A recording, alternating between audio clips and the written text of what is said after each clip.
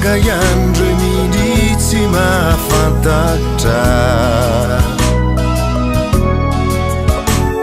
fa ianao ihany no atao hoe tena lafatra tsy ho takatry ny saina velively raha ny fahaisanao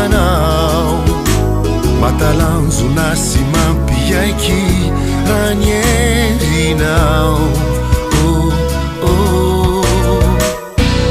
ianao tokony no mpandrafitra zay rehetrety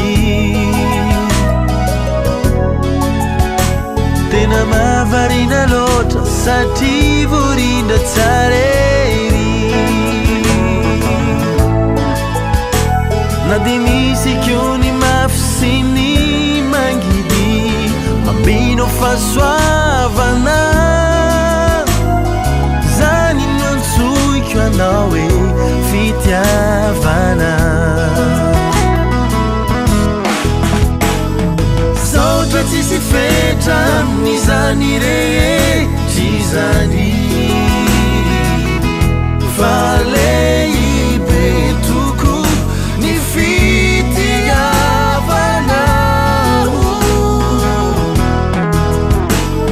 kadera sy laza heriaja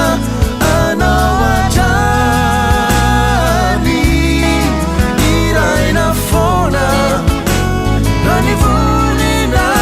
hitrao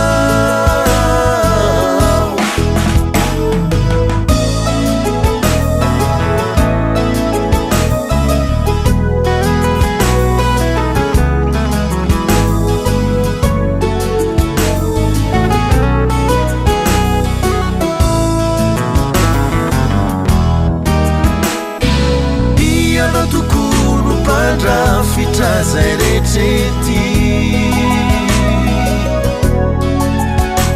tena mahavarina loatra satria voarindra tsara ery na dia misy keo ny mafy sy ny mangidy mamino fahasoavana zany ny antsoiko anao hoe fitiavana saotra tsisy fetra amin'izany rehetra izany